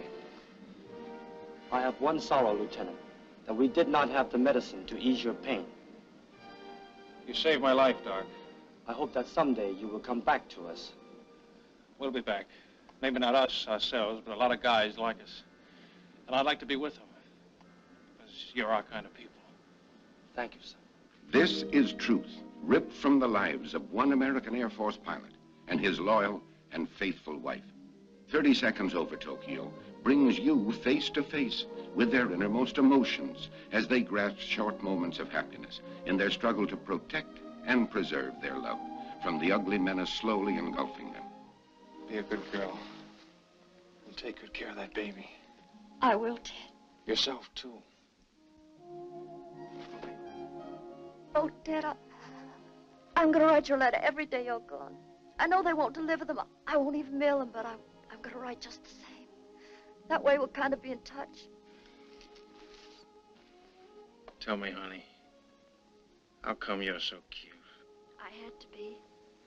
I was going to get such a good-looking fella.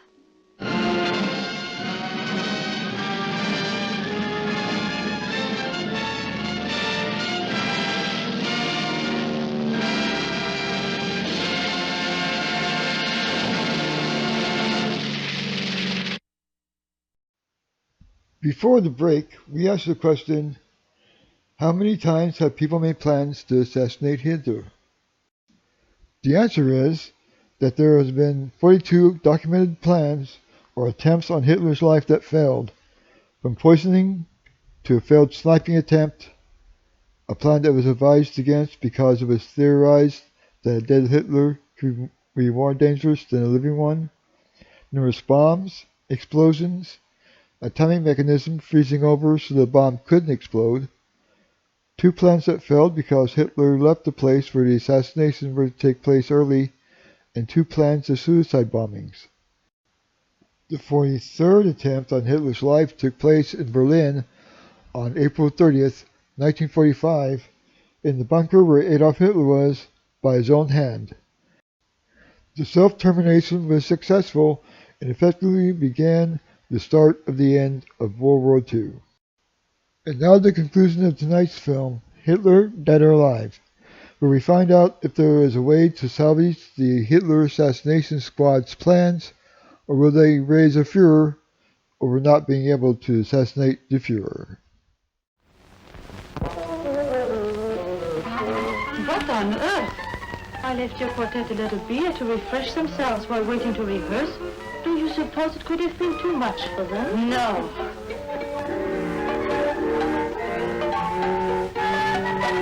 What is the meaning of this? Well, we had to crash the party somehow, Countess. Meyer, where are my musicians? In the cellar. Release them instantly. And have them blab their heads off? Sister, ain't you got no respect for human life? One peep out of those guys and we're dead ducks. You think you are very clever. I get by. Can you play the violin? Well, I never tried, but I think maybe if I... Oh. Look, sister, I can play a very fine tune on one of these little things.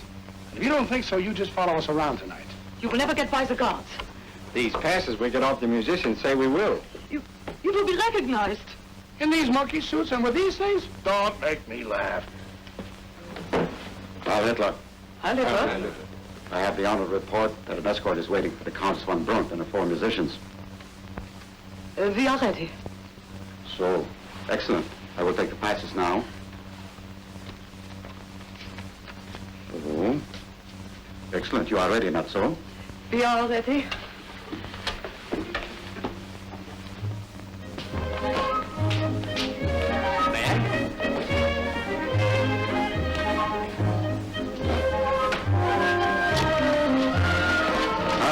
Hitler. Here are the passes. So, and so, and so. Hitler! Hitler! Where is the guard for the landing field? An hour ago, I ordered them sent. Nobody there! If the Führer discovers... Look, never mind. I will go and see about it myself. Passes are authentic, that's all. Let the men in bar the door. Hitler! Hitler! Enter. Musicians will take your places and not move for any reason until dismissed. That is understood. You are to await commands, perform when ordered, and remain until dismissed. That is also understood. You are not to speak to the Führer unless to answer his question, if any. I know my duty. Heil Hitler. Heil Hitler.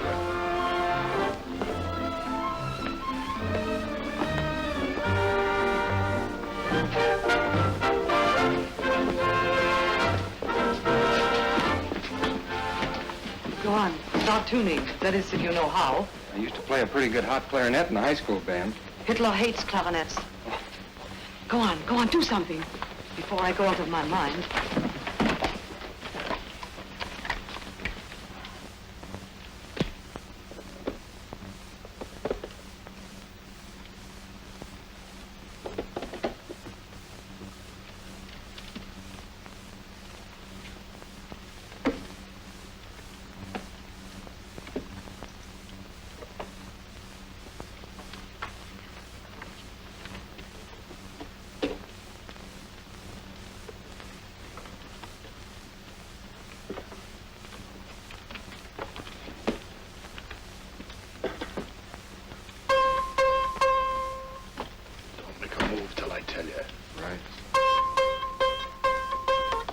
I still consider Beethoven our greatest composer. Remember this wonderful theme in the Fifth Symphony?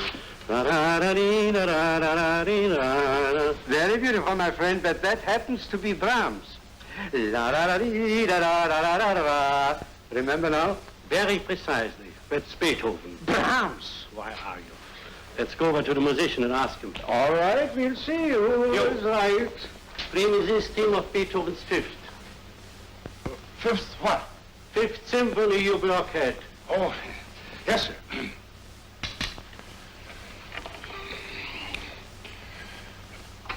How does it go now? There he is. He's coming. Where? Right over those trees. Easy, Joe.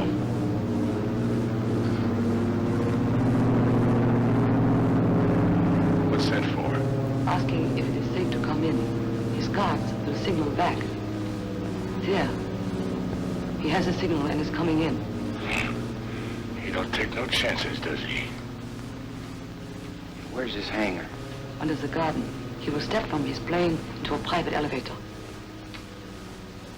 It's a sweet-sounding motor job. Think you can fly it? I can fly anything that's got wings and half a motor. You may get a chance to prove that.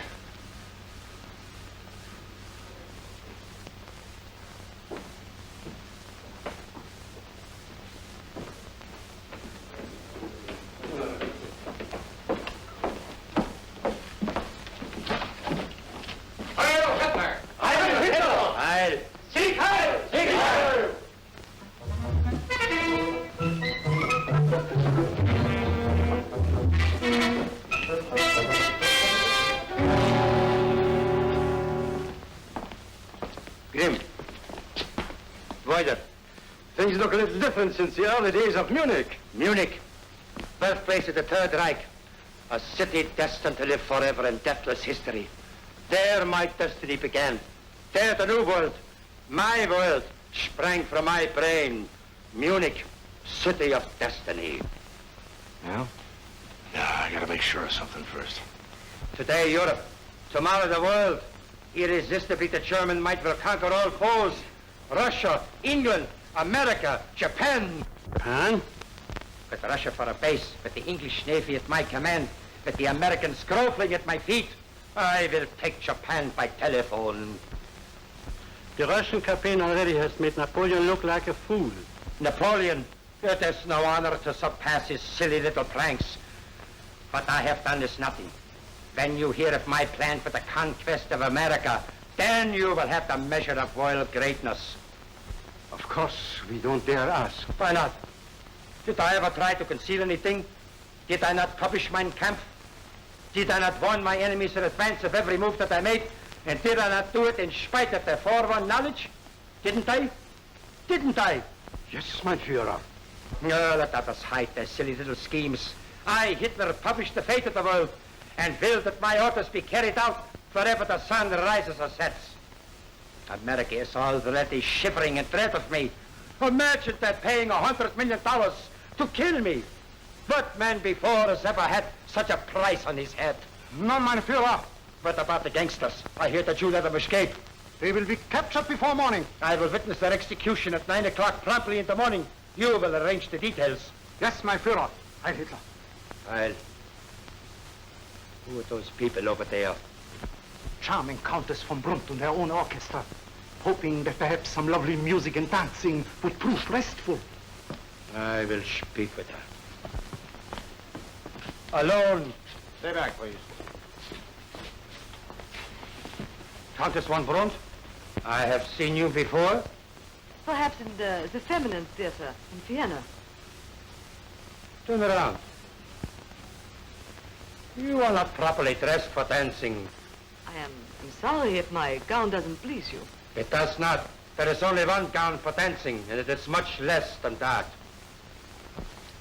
Look. The American gangsters. Okay, this is it. There, understand? The American gangsters.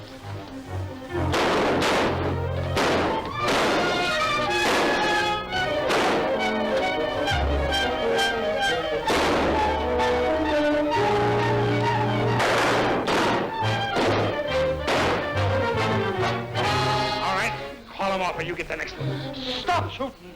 Stop shooting! Make them throw down their guns. Obey! You got them pretty well trained, ain't you? If I didn't see it myself, I wouldn't believe guys could be that dumb. Oh, don't shoot me! For how much? Oh, I'll give you anything. I'll give you $500 million. You'll have to do better than that, Toots. I'll give you anything. I'll give you anything. I'll bet you would. Johnny, looks like you're going to get a hop in that plane. You take the Countess and see how fast you can get to England. Tell him we got Hitler alive. Leave you here to take the sock alone? Not this laddie boy. We are in this together. We will stay. You listen to me, Toots. You just get to London and start digging with these stooges of his by long distance. Find out how much he's worth to him alive. With you making the deal from over there and me over here with little Tootsie Wootsie right under my finger, I wouldn't be a bit surprised if you could make him call off this war. Can you hold out till we make contact? Sure. I'll be at the hideout. It's safe there. They've been looking for the joint for years and haven't found it yet. Besides, you can always reach me there through the regular channels. Steve, please listen to me. Now, if I'd listened to you, I wouldn't be here. Now, go on, grab that plane and scram. Can't somebody show him where the plane is? Good, Captain Tone. Do what he says. All right, kids. Go get your deal made. Goodbye, Steve. Goodbye, baby. So long, Steve. Good luck. Not Joe. He's dead.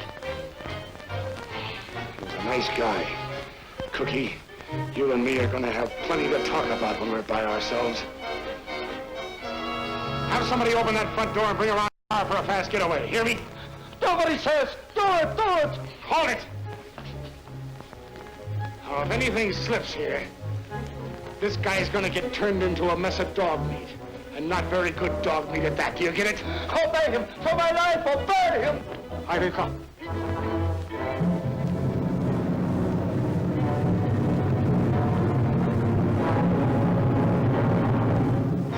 Signaling the victory call. He ain't kidding. Heil Hitler, the car is waiting and the gate is open. Okay, you monkeys line up over there with your faces against that wall. Maya, can you drive a car? Of course I can. That's swell. We're gonna be one little happy family. Let's get out of here.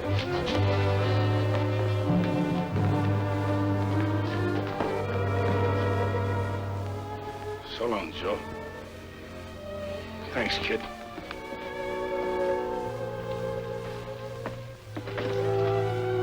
Emergency. Colonel Hess speaking. Get me the Gestapo chief immediately. Immediately! Immediately! Why do you take me down here? No! No! No! The musician got away. Oh, I can see that for myself, Toots. They tell everybody. So what? We still got little drizzlepuss here to keep him in line. No. Or have we? I think we better find out. Come here. No! What are you going to do? What am I going to do? No! I'm going to give you a quick once-over, baby. Looky here. What I've got for you. No, please! Please! No! Yeah. Don't kill me! No! Masks.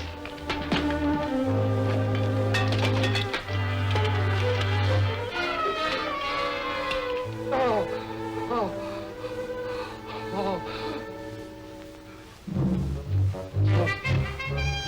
Ah, Meyer, is that your man? That's not a man. That is Schickergruber.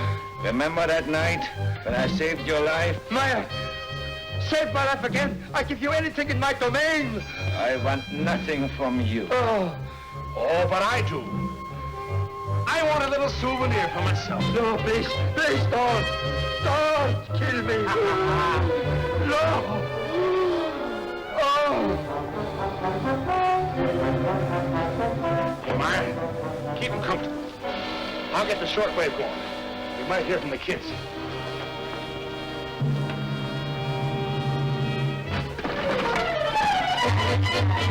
He's over there! You'll get bumped!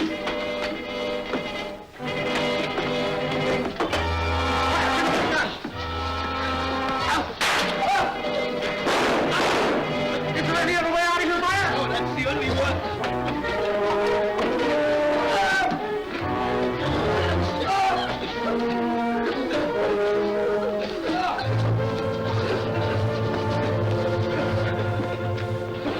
What have you done, our Führer? Shoot these people! Silence! Speak when you are spoken to! I am your Führer! Silence! For the last time, where is our Führer? I don't know. He got away. I knew it. Nothing can stop him. He's pure genius. But I am Hitler. I am Hitler. You have spoken your own death warrant. Meyer, tell him about my lip. Tell him, Meyer. Outside. Oh, please. Oh, somebody listen to me, please. No. No. Halt. Put them over there against the wall. I'll take pleasure of doing this myself. I don't want to die!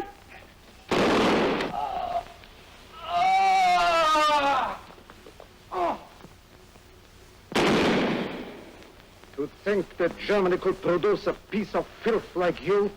My sentiments exactly. Don't be scared, honey. It won't last but a minute. We are not afraid. Our destiny is fulfilled. We are content to rest. Don't be frightened, my dear. We'll be together as always.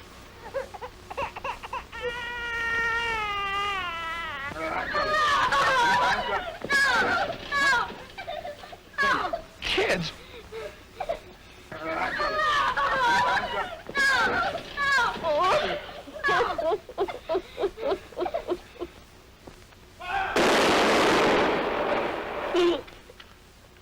Brave guys, ain't they? Our leader. His blood purges mean everybody. War among men is one thing. But when it comes to butchering kids, there ain't a guy on the road, I don't care who he is, that'll stop fighting for 1 minute till this rotten breed of Nazis is wiped clear off the face of the earth. They're pirates against them all!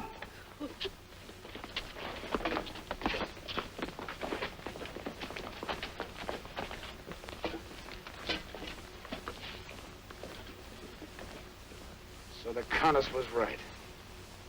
I made a flop. Maybe it ain't Hitler, but it's the rest of you birds. I ain't gonna be here to get you. But, brother, somebody will. Somebody will. The only thing that burns me up is that... He... gonna be able to help. And so Steve died, voicing in his own crude way the convictions of millions of us. Yes, gentlemen, your guess was correct. That plane you saw this afternoon was the beginning of Steve's $1 million monument. for a great service greatly performed. But if Hitler's dead, who's this we hear about all the time in Hitler's place? Who knows? Who cares? What difference does it make whether they're led by a Kaiser or a Crown Prince or a Hitler? The important thing now is to make sure that they'll never muster enough strength to bring terror and death into the lives of peaceful people. I tell you, Steve is right. We must never rest until the Nazi warlords and all the things they represent are scraped off the face of the earth. We owe that much to humanity. And not least, to the honest Germans, to the Elsers and the Meyers and the thousands like them who have been working and dying in secret for world freedom. Now I wonder if you're willing to do your part. Sure, anything. I want you to tell the world how wrong I was in thinking that by killing Hitler I would end war. Our enemies are the warlords and their followers, not just one person or one group. We must shatter the male fist forever and silence their cry of blood and iron with blood and iron. I think it's a swell idea. So do I. Steve Mashik.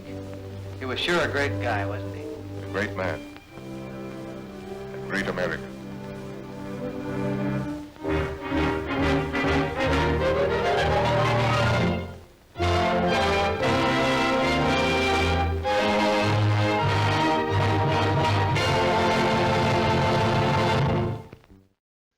And that was Hitler, dead or alive.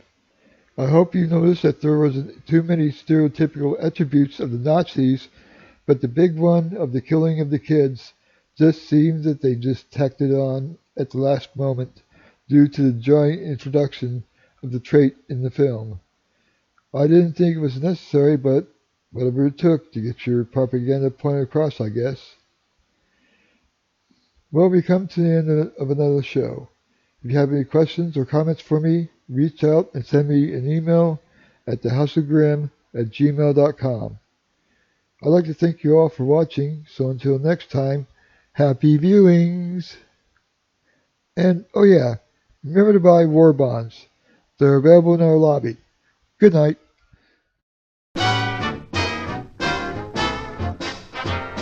Any bonds today? Any bonds today?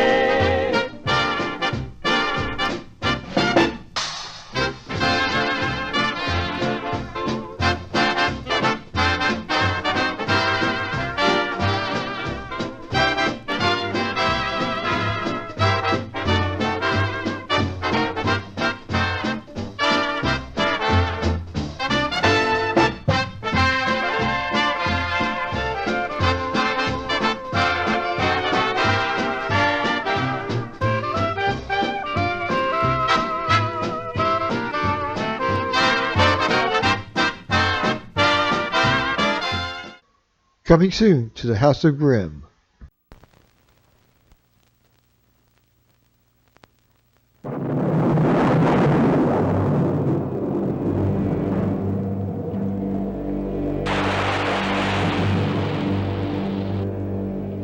If there is a hell on Earth, it lives at 50 fathoms, lurking silent and deadly as it waits. The perfect machine. Fearing nothing, feeling nothing. The ultimate survivor in a world so mysterious, so terrifying, that man cannot imagine it. Where unknown danger lurks in every murky shadow, and death is circling closer by the second, until at last you must come face to face with the sudden terror of evil in the deep. Hey, huh? There's something ahead. Yeah, I see it. There. Still north of Grappler Bank. Maybe we should swing west a little. 091 magnetic. 091 magnetic. 091 magnetic. Warm up the depth recorder.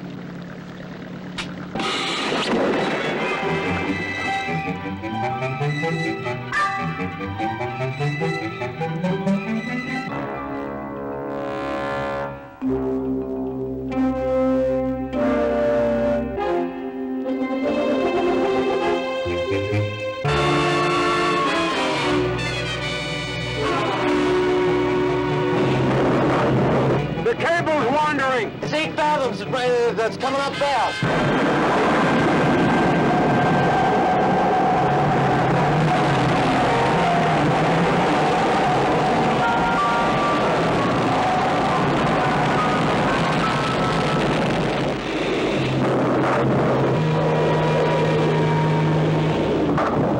There was no way we could get Josh out of there.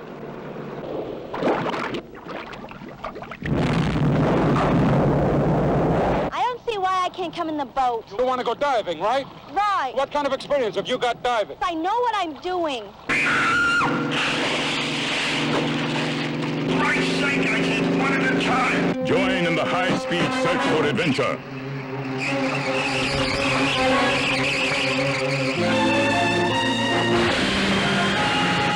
Dive to the depths and caverns of the dead. The hunters and the hunted stalk each other in this perilous game, where paralyzing fear leaves man helpless as he beholds evil in the deep.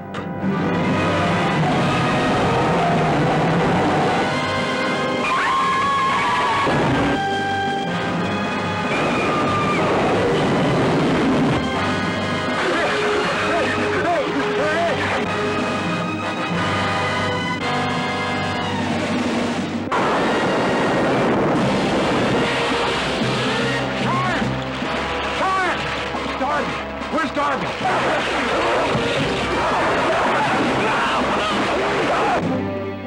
Evil in the Deep. Starring Stephen Boyd, Rosie Greer, David Ladd, and Cheryl Stoppelmore. Beware, it's coming to a theater or drive-in near you soon. Evil in the Deep. See it before you go near the water. Filmed in Todd AO and Color by Deluxe. Released through Golden Films. Rated PG, may be too intense for younger children.